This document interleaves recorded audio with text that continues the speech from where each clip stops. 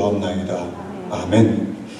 나는 누구인가? 나는 누구인가? 라는 제목으로 함께 말씀 나누도록 하겠습니다. 며칠 전에 저희 아이가 방학을 맞아서 심심하다고 하도 졸라서 이제 영화를 보러 갔습니다. 극장에 가서 영화를 함께 어떤 거 볼까 하다가 라이온킹을 봤어요. 혹시 라이온킹 보셨습니까? 옛날 좀 오래전에 애니메이션으로 나왔던 영화 아닙니까? 리메이크해서 새롭게 이제 동물들을 잘 찍어서 그렇게 라이온킹이 새롭게 나왔는데요. 이 라이온킹의 내용 그거 아닙니까? 주인공, 그러니까 어린 사자가 밀림의 왕이었던 아버지를 여의고 방황하다가 다시 그 아버지의 뒤를 이어서 밀림의 왕이 된다. 간단하게 이야기하면 그런 내용이지요.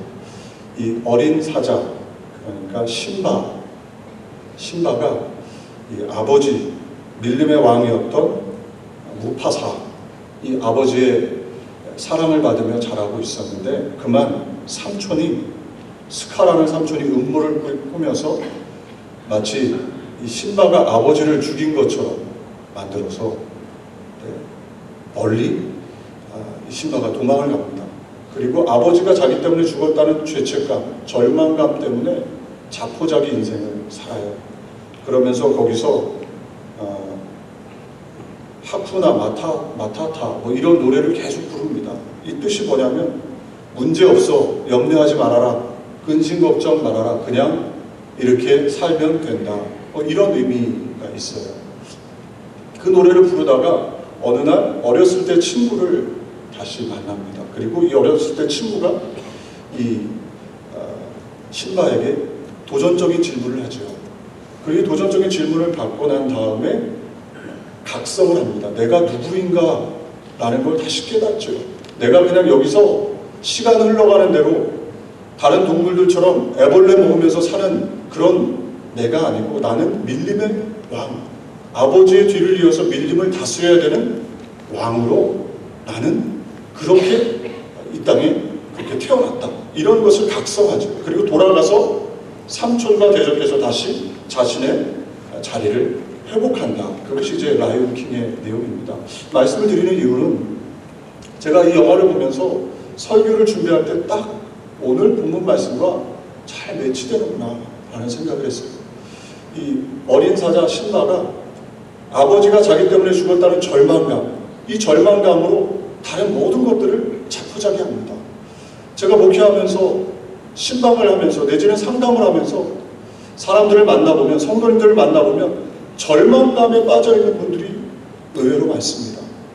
아까 말씀드린 것처럼 하쿠나 마타라 뭐 이런 노래를 부르진 않지만요, 마음속에 그냥 이대로 흘러가면 되지, 뭐 특별한 게 있어, 인생이 뭐가 있어, 그냥 이렇게 살다 가는 것이지 라고 생각하고 절망에 빠져있는, 그런 자포자기에 빠져있는 사람들이 의외로 많은 것을 보게 됩니다.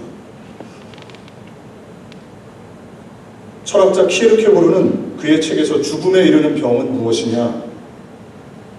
사람들의 마음속에 있는 절망이다. 절망이 사람들을 죽음에 이르게 한다. 이야기합니다.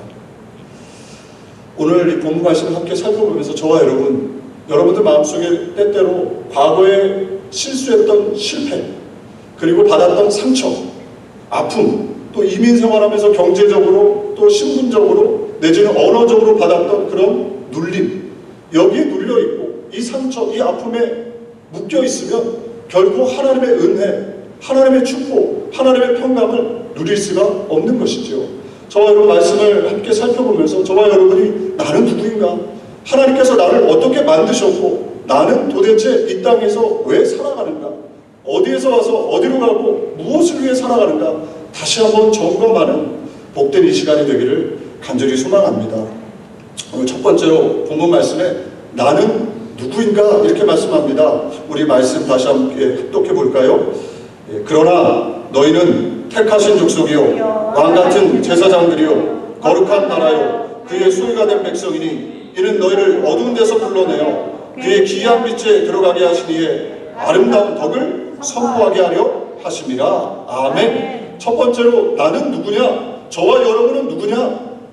택하신 족속이라 말씀합니다.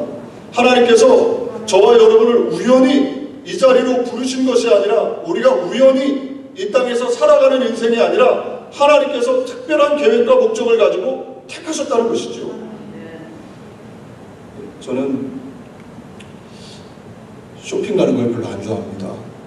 종종 저희 안사람이나 저희 딸들이 쇼핑을 가자고 하는데, 제가 제일 세상에서 하기 싫은 게 쇼핑 가는 거예요. 장 보러 가는 것도 별로 그렇게 좋아하지 않아요. 가서 뭘 사려고 하면 저는 이제 뭐 하나를 보면 그냥 생각하고 바로 그냥 사지요. 그런데 여자분들을 보면 여자분들은 이리 보고 저리 보고 다시 보고 갔다가 다시 와서 보고 가격표 보고, 제가 개인적으로 하면 1시간도 안 걸릴 일인데 2시간, 3시간 시간이 오래 걸립니다. 자세히 보고 사는 것이죠. 그래서 실수를 잘 안 해요. 제가 뭘 사오면 실수가 많아요. 제대로 보지 않고 사오니까 물건이 엉망이지요. 하나님께서는 저와 여러분을요 그냥 고르지 않으셨어요. 천지를 지으신 그분이요 특별히 고르고 골라서 택하여 부르신 것입니다. 저와 여러분이 그런 축복의 존재예요. 오늘 이 말씀이 여러분 마음속에 새겨지시기를 주님의 이름으로 축복을 드립니다. 그냥 어쩌다 보니까 우연히 지나해서 내가 여기 있는 것이 아니라요, 천지를 지으신 하나님께서 자신의 형상과 모양을 빚어서 그렇게 만드셨고, 그리고 우리를 택하여 부르신 것이죠. 하나님께서는 하나님의 자녀로 삼으신 데 특별한 선택하여 주셨습니다. 에베소서 1장 4절부터 7절 하나님의 은혜의 말씀이 이렇게 기록되어 있습니다. 우리 말씀을 천천히 말씀 함께 합독하길 원합니다. 곧 창세 전에 그리스도 안에서 우리를 택하사 우리로 사랑 안에서 그 앞에 거룩하고 흠이 없게 하시려고 그 기쁘신 뜻대로 우리를 예정하사 예수 그리스도로 말미암아 자기의 아들들이 되게 하셨으니, 이는 그가 사랑하시는 자 안에서 우리에게 거저 주시는 바 그의 은혜의 영광을 찬송하게 하려는 것이라. 우리는 그리스도 안에서 그의 은혜의 풍성함을 따라 그의 피로 말미암아 속량 곧 죄사함을 받았느니라. 아멘. 저와 여러분을 하나님이 택하셨다. 기쁘신 뜻을 위하여 우리를 예정하셨고 하나님의 아들들이 되도록 부르셨다는 거예요. 얼마나 놀라운 은혜입니까? 우리가 잘났기 때문에, 우리가 무엇인가 특별하기 때문이 아니에요. 이사야서 41장 14절 말씀합니다. 버러지 같은 너 야곱아, 너희 이스라엘 사람들아, 두려워하지 말라. 나 여호와가 말하노니 내가 너를 도울 것이라. 내 구속자는 이스라엘의 거룩한 이니라. 아멘.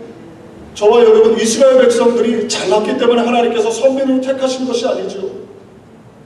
보잘것없지만 하나님이 뜻과 계획을 계셔서 그들을 택하셨고, 저와 여러분도 마찬가지라는 것이죠. 저와 여러분이 잘났기 때문이 아니라 하나님이 특별한 계획으로 우리를 부르셨어요. 그리고 자녀 삼아 주신 것이죠. 오늘도 택하신 족속이다. 이것이 우리의 마음속에 새겨져서 절망, 상처, 실패, 염려, 걱정을 이기고 하나님이 나를 택하시고 인도하신다는 것을 믿으시는 이 시간이 되시기를 주님의 이름으로 축복을 드립니다. 제가 저희 큰아이를 낳고 책을 저희 아이들한테 읽어주고 싶은 마음에, 이렇게 얘기하니까 제가 굉장히 가정적인 것 같이 들리는데 결코 그렇진 않고요. 책을 읽어주고 싶은 마음에 책을 이렇게 골랐습니다. 그러다가 너는 최고의 작품이란다, 맥스 루카이도의 책을 골랐어요. 이 책을 읽어주면서요, 아이들이 어떻게 들었는지 잘 모르겠는데 제가 감동과 은혜를 참 많이 받았습니다. 이 책 내용이 뭐냐면, 못생긴 애벌레, 이 애벌레가 시간이 흐르고 흘러서 아름다운 나비가 된다, 이런 아주 단순한 내용입니다. 그런데 여기에 나오는 허미와 워미, 이 두 애벌레가 있어요. 애벌레의 모습이 징그럽지요. 못생겼습니다. 그래서 두 애벌레가 하나님께 기도해요. 하나님, 도대체 나는 왜 이렇게 못생기게 징그럽게 생긴 겁니까? 개미를 보십시오. 개미는 힘이 세서 일도 잘하고 몸매도 날씬한데 나는 이게 뭡니까? 벌을 보십시오. 벌은 꽃들을 날아다니면서 아름다운 향기도 맡는데 나는 기어다니며 너무 지저분합니다. 그렇게 하나님께 기도를 했어요. 그 내용에 보면 이렇게 나옵니다. 하나님께서 이렇게 대답하셨어요. 허미야 허미야 걱정하지 말거라. 너희가 얼마나 예쁜데 그러니 나는 너희 모습 그대로를 사랑한단다. 그리고 기대하렴. 나는 너희를 최고의 작품으로 만드는 중이란다. 저와 여러분 우리의 모습이 지금 이민생활하면서 또 삶을 살아가면서 다람쥐 쳇바퀴 도는 것 같고 어떻게 보면 답답하고 고단한 삶일 수 있습니다. 내가 나를 볼 때 에볼라 같이 보일 수도 있고 못난 모습처럼 보일 수 있습니다만은 이 모습 그대로 하나님이 저와 여러분을 사랑하세요. 그리고 이 모습 그대로 내버려 두시는 것이 아니라 하나님께서 저와 여러분을 영광의 모습으로 바꿔주시고 이 애벌레가 나비가 되어서 아름답게 변하는 것처럼 저와 여러분이 주님 앞에 섰을 때 또 이 땅에서 하나님의 은혜로 아름답게 변화된다는 것이죠. 저와 여러분이 그런 소망을 가지시기를 주님의 이름으로 축복을 드립니다. 두 번째로 성경은 저와 여러분이 누구냐? 왕같은 제사장이라 말씀합니다. 오늘 본문 말씀 한 번 더 우리가 합독해서 읽겠습니다. 베드로전서 2장 9절 합독하겠습니다. 그러나 너희는 택하신 족속이요 왕같은 제사장들이요 거룩한 나라요 그의 소유가 된 백성이니 이는 너희를 어두운 데서 불러내어 그의 기이한 빛에 들어가게 하시니에 아름다운 덕을 선포하게 하려 하십니다. 아멘. 둘째로 우리는 누구냐? 왕같은 제사장들이다. 한번 따라해 보시죠. 나는 왕같은 제사장입니다. 왕같은 제사장입니다. 아멘. 아멘. 믿으십니까? 아멘.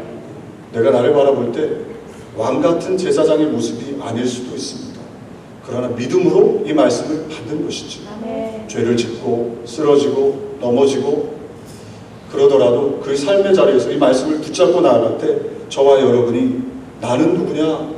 왕같은 제사장이 되는 줄로 믿습니다. 어떻게 이것이 우리의 삶 속에 이루어졌습니까? 예수님 만왕의 왕 만주의 주 그리고 멜기세덱의 반차를 쫓은 대제사장 예수 그리스도께서 저와 여러분을 위해서 나를 위해서 십자가에서 죽으신 것이죠. 십자가에서 죽으시고 끝난 게 아니고요. 그 예수님께서 저와 여러분을 위해서 부활하셨습니다. 그리고 하나님 보좌 우편에 앉으셨어요. 그 죽음이 저와 여러분의 죽음이고 그 부활이 저와 여러분의 부활이고 그 보좌가 저와 여러분의 보좌이기 때문에 저와 여러분이 왕같은 제사장인 것이지요. 물론 이것이 믿어지시기를 주님의 이름으로 축복을 드립니다. 신앙은 믿음이지요. 믿음 가지고 이것을 붙잡으며 나아갈 때 저와 여러분의 삶에 하나님의 은혜가 임하게 되는 줄로 믿습니다. 우리는 로마서 5장 17절에 이렇게 말씀해요. 하나님의 범죄로 말미암아 사망이 그 한 사람을 통하여 왕노릇하였은즉 더욱 은혜와 의의 선물을 넘치게 받은 자들은 한 분 예수 그리스도를 통하여 생명 안에서 왕노릇하리로다. 아멘. 저와 여러분은 종노릇하기 위해서 부르심을 받은 것이 아니라요 왕노릇하기 위해서 부르심을 받았다는 것입니다. 저와 여러분은 의의 왕이고 거룩한 왕이고 치료의 왕이고 축복의 왕이고 영생을 얻은 왕입니다. 왜냐하면 예수 그리스도께서 바로 그러하시고 그 생명이 저와 여러분에 있기 때문이지요. 저와 여러분이 이 시간에 이것을 붙잡아야 합니다. 붙잡고 기도하고 믿음으로 바라볼 때 우리의 삶 속에 하나님의 역사가 일어나는 것이죠. 비록 삶에 문제가 있고 또 어려움이 있고 내 뜻대로 일이 되지 않는다 할지라도 움츠러들지 말고 말씀을 붙잡고 담대하게 기도하고 간구할 때 우리의 기도를 들어주실 줄로 믿습니다. 누가복음 10장 19절에 말씀합니다. 이 말씀 우리 같이 합독하겠습니다.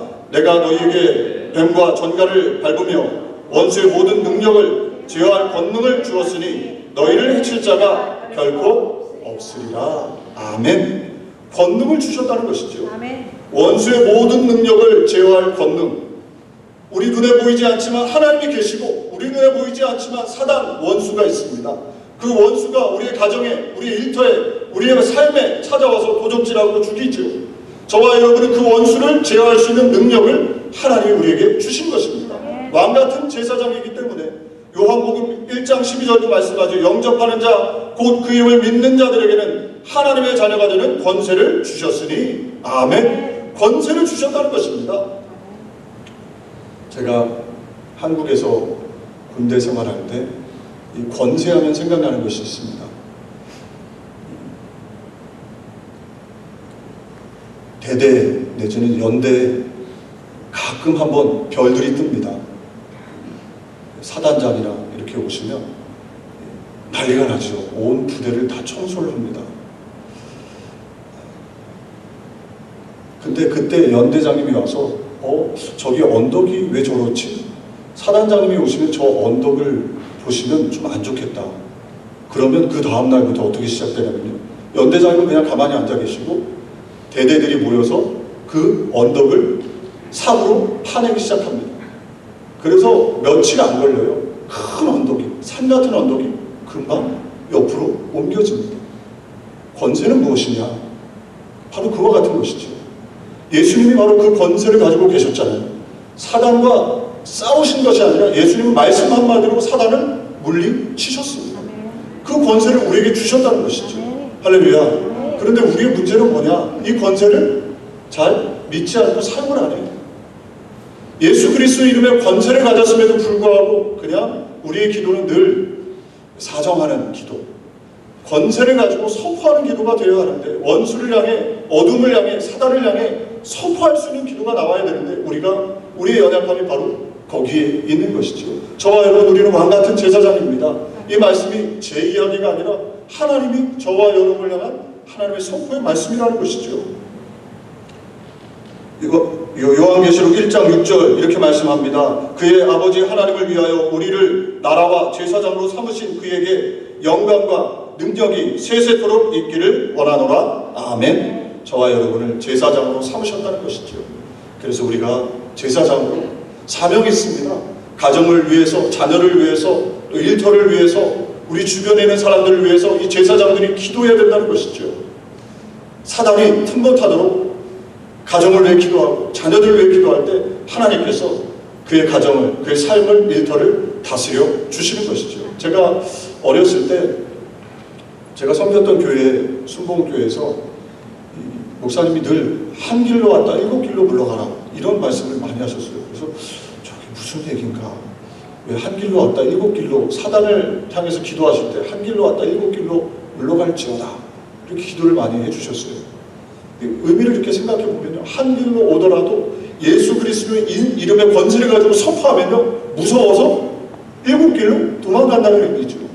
이 단어 안에 상당히 많은 뜻이 함축되어져 있는 것을 깨닫게 됩니다. 저와 여러분, 우리가 예수 이름의 권세를 가지고 기도할 때 우리의 가정과 일터와 우리의 삶을 도적질하는, 우리에게 절망을 가져다주고 어둠과 염려와 걱정, 두려움을 갖다주는 사단이 7길로 물러가는 귀한 역사가 있게 될 줄로 믿습니다. 오늘 예배 때 기도할 때 이렇게 선포하시고 기도하는 복된 시간이 되기를 간절히 소망합니다. 세 번째로, 저와 여러분 어떤 사람이냐? 나는 누구냐? 오늘 본문 말씀 다시 한번 제가 봉독해 드리겠습니다. 그러나 너희는 택하신 족속이요 왕같은 제사장들이요 거룩한 나라요 그의 소유가 된 백성이니 이는 너희를 어두운 데서 불러내어 그의 기이한 빛에 들어가게 하시니에 아름다운 덕을 선포하게 하려 하십니다. 아멘. 세 번째로, 저와 여러분은 거룩한 나라라는 것이지요. 나라가 이루어지려면 세 가지가 필요하다고 얘기하지 않습니까? 주권, 또 영토, 그리고 국민, 이렇게 세 가지가 필요하대요. 주권, 대통령에게 내지는 위정자들에게 주권이 있지요. 국민들에게도 주권이 있고, 그리고 국민들, 대한민국 같은 경우는 약 5천만, 그리고 영토가 있지 않습니까? 그래서 대한민국이 이루어지는 것이죠. 하나님의 나라는 어떻습니까? 그럼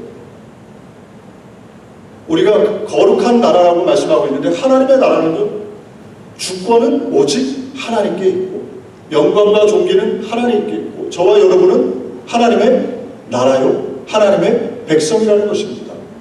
왜 그러느냐? 하나님의 나라는 여기 있고 저기 있지 않습니다. 어디에 있습니까? 하나님의 나라는 우리 안에 있다고 말씀하잖아요. 성경에 누가복음 17장 21절에 또 여기 있다 저기 있다고도 못하리니 하나님의 나라는 너희 안에 있느니라. 아멘. 하나님의 나라는 지역적인 것에 있는 것이 아니라 믿는 백성들 안에 하나님의 나라가, 또 하나님의 백성들 가운데 하나님의 나라가 이루어지는 것이죠.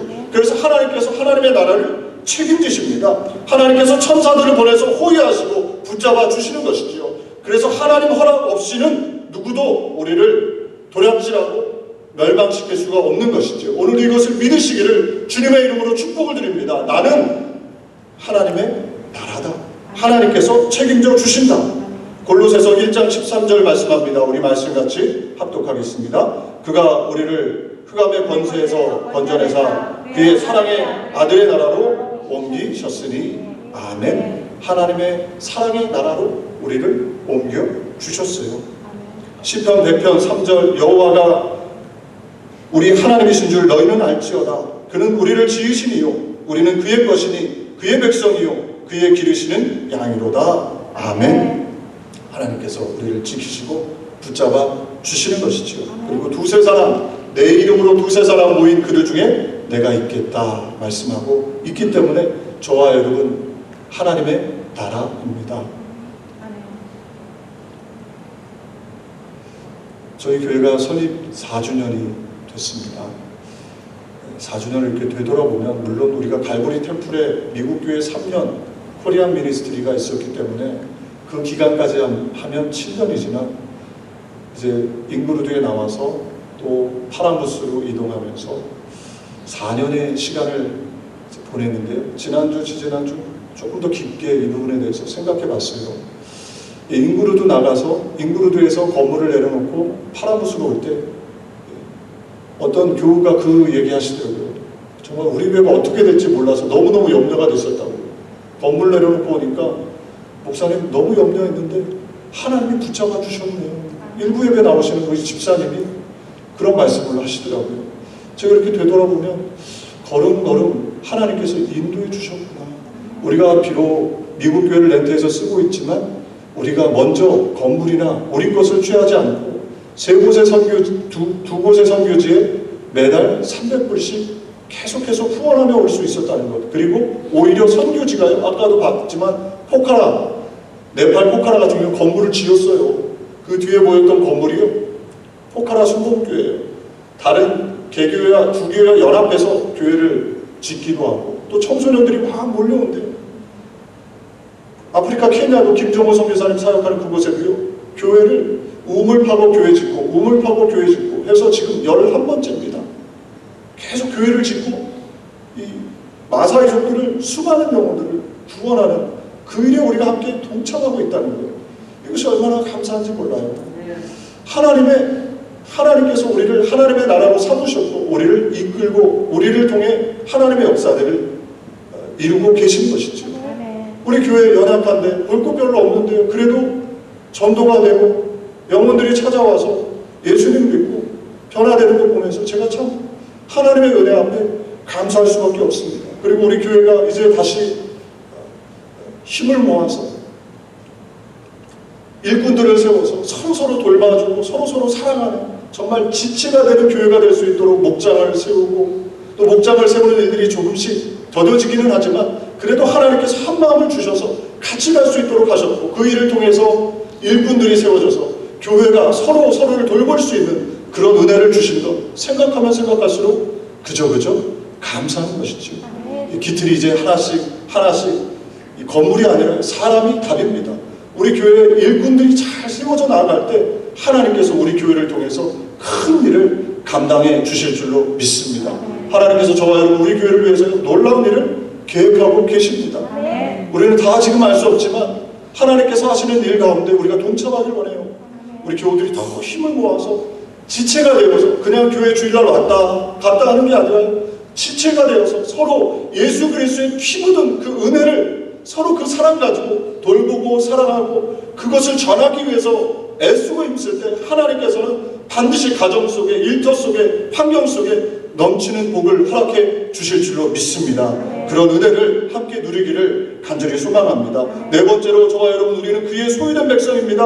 오늘 본문 말씀 그러나 너희는 택하신 족속이요 왕같은 제사장들이요 거룩한 나라요 그의 소유가 된 백성이니 아멘. 그래서 우리가 어떻게 하나님의 소유가 되었느냐? 예수 그리스도의 피값으로 우리가 죄악에서 어둠에서 사망에서 가난에서 질병에서 영벌에서 변화가 되어서 의와 생명과 축복과 영원한 생명 강건함을 우리가 누리게 된 것이죠. 그래서 하나님의 소유된 백성이라는 것입니다.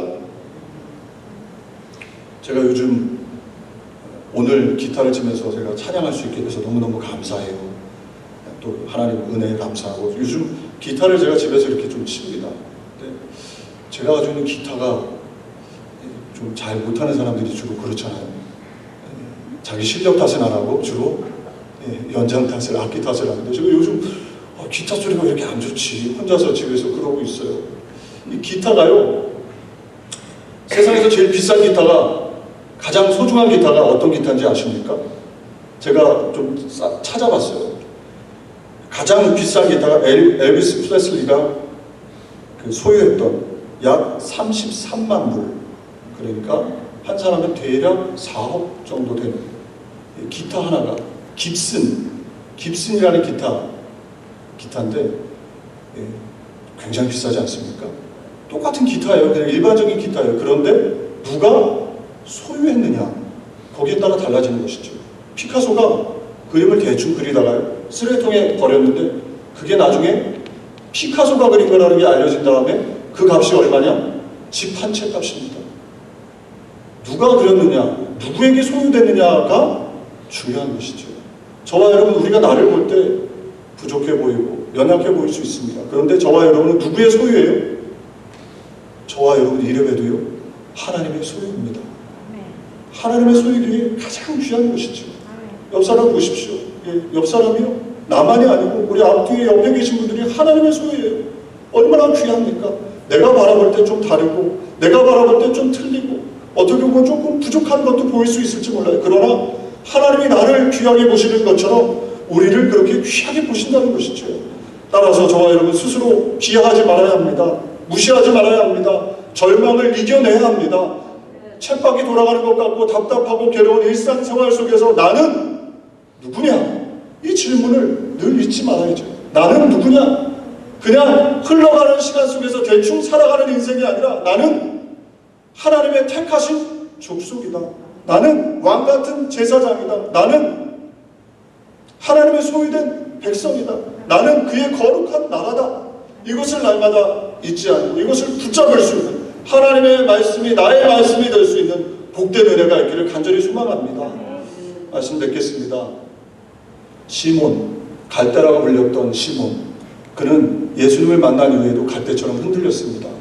그런데 그가 예수님이 너는 베드로다, 반석이다 하시고 나서 부활하신 예수님을 다시 만난 이후에 그는 갈대가 아니라 그 부르신 내가 누구인가를 기억하고 베드로처럼, 반석처럼 많은 영혼을 구원하는 하나님의 축복의 통로가 되었던 것이죠. 여러분들에게 묻겠습니다. 여러분들은 누구십니까? 여러분들은 스스로 어떻게 생각하십니까? 오늘 이 기도의 시간에 나는 누구인가? 이 말씀이 머리로만이 아니라 우리의 가슴까지 내려와서 우리의 손과 발이 이 말씀을 살아낼 수 있는 그런 복된 은혜가 있기를 간절히 소망합니다. 그렇게 되시기를 주님의 이름으로 축복을 드립니다. 기도하겠습니다. 좋으신 하나님 아버지, 나는 누구인가?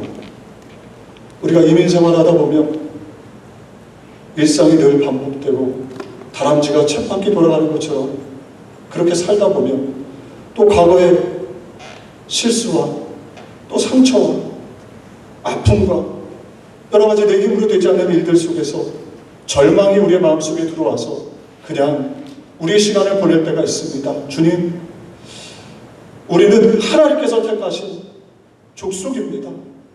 하나님께서 왕같은 제사장이라 불러주셨고 예수의 피값으로 그렇게 만들어 주셨습니다.